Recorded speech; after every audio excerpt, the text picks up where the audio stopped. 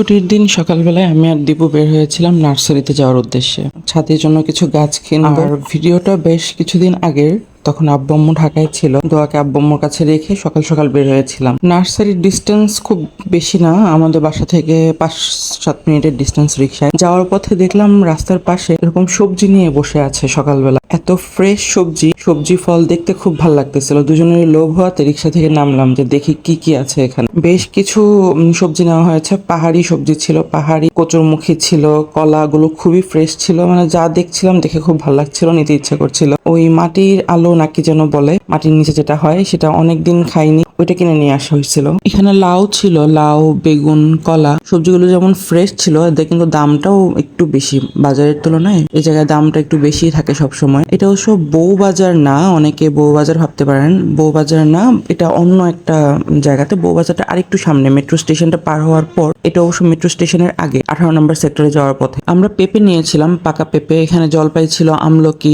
তেঁতুল, কদবেল। আর ওরা হচ্ছে একদম ফ্রেশ সবজি তুলে নিয়ে এখানে এসে বসে, যে কারণে দামটা একটু বেশি হলেও মানুষ কিনে নিয়ে যায়। আর আমার সবজি দেখলেই কিনতে ইচ্ছা করে, এরকম ফ্রেশ সবজি হলে তো অবশ্য কথাই নেই। আমাদের কেনাকাটা মোটামুটি শেষ। এখন হচ্ছে নার্সারিতে যাব, গাছ নেওয়ার জন্যই মূলত বের হয়েছে আজকে। এখানে অনেকগুলো নার্সারি একসাথে, উত্তরা 18 নম্বর সেক্টরে। অনেক দূর থেকেও মানুষ আসে এখানে না গাছ নেওয়ার জন্য নার্সারিতে। এখানে আসলে আমার মনে হয় আমি সব কিনে নিয়ে চলে যাই। আমার অবশ্য ফুলের চেয়ে সবজি, ফল, এই গাছগুলো বেশি পছন্দ। আজকে আমরা টমেটো, বেগুন এরকম কিছু নিতে আসছি। ক্যাপসিকাম খুঁজছিলাম, ক্যাপসিকাম তখনও পাইনি। ওরা বলেছিল কিছুদিন পর আসতে, ক্যাপসিকাম গাছ তখন অ্যাভেলেবল ছিল না। মরিচ গাছ নিয়েছিলাম, একটা গন্ধরাজ গাছ নিতে যাচ্ছিলাম। গন্ধরাজ ফুল গাছ আমার খুব পছন্দ, আমার সবচেয়ে পছন্দের ফুল। গন্ধরাজ যা পাচ্ছিলাম, গাছের কন্ডিশন খুব একটা ভালো ছিল না। আর দীপু হচ্ছে ফুল সহ গাছ চাচ্ছিল, ফুল আছে বা অ্যাটলিস্ট কলি আছে এরকম গাছ, এরকম পাচ্ছিলাম না। এই কামরাঙাগুলো দেখতে আমার খুব ভালো লাগছিল। আমরা আজকে কিছু গাছ নিব, সাথে অবশ্য মাটি নিয়ে যেতে হবে। আর হচ্ছে সার নিব, কীটনাশক কিছু নিব। এই যে এখানে মাটি নিয়ে নিচ্ছি, ওদের কাছে মিক্সড মাটি পাওয়া যায়, গোবর দিয়ে মিক্স করা মাটি। 3 বস্তা মাটি নেওয়া হয়েছিল। আলাদা করে মাটি না নিয়ে টবেও সেট করে নেওয়া যায়। আপনি যে গাছ নিচ্ছেন ওই গাছ হয়তো টবে একদম ওদের মাটি সহ সেট করে নেওয়া। আমি এখান থেকে কিছু টব নিয়েছি, ওই যেগুলো টব নিয়েছি ওগুলো মাটি সহ সেট করে নিয়েছি একদম গাছ।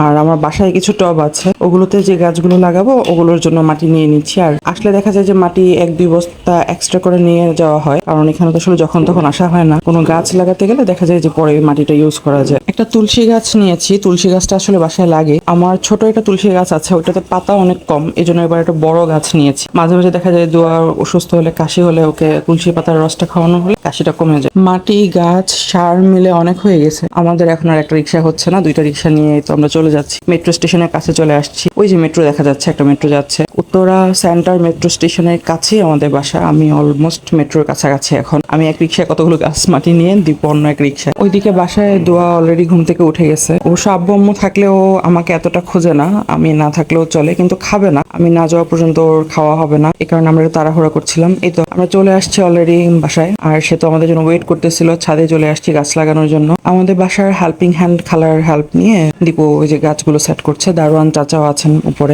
দোয়া খুব মজা পাচ্ছিল গাছগুলো দেখে। ও তো প্রথম বসছিল না, মরিচ ধরতে যাচ্ছিল, লাল মরিচ দেখে সে খুব ইন্টারেস্টিংলি ধরতেছিল। পরে অবশ্য ওকে সরাই দিছি, হাত জ্বালা পোড়া করবে মরিচ ধরলে। আর ও মাশাআল্লাহ খুব লক্ষ্মী একটা বাচ্চা, কথা শুনে, কিছু বললে বুঝে। ওকে যখন বলা হয়েছে মরিচটা না ধরতে, সে দূর থেকে দাঁড়িয়ে আমাকে দেখাচ্ছিল, মা দেখো মরিচ। এই তো আমাদের গাছ সেট করা হয়ে গেছে। কিছু গাছ অবশ্য বারান্দায়ও দিয়েছি। আল্লাহ হাফেজ।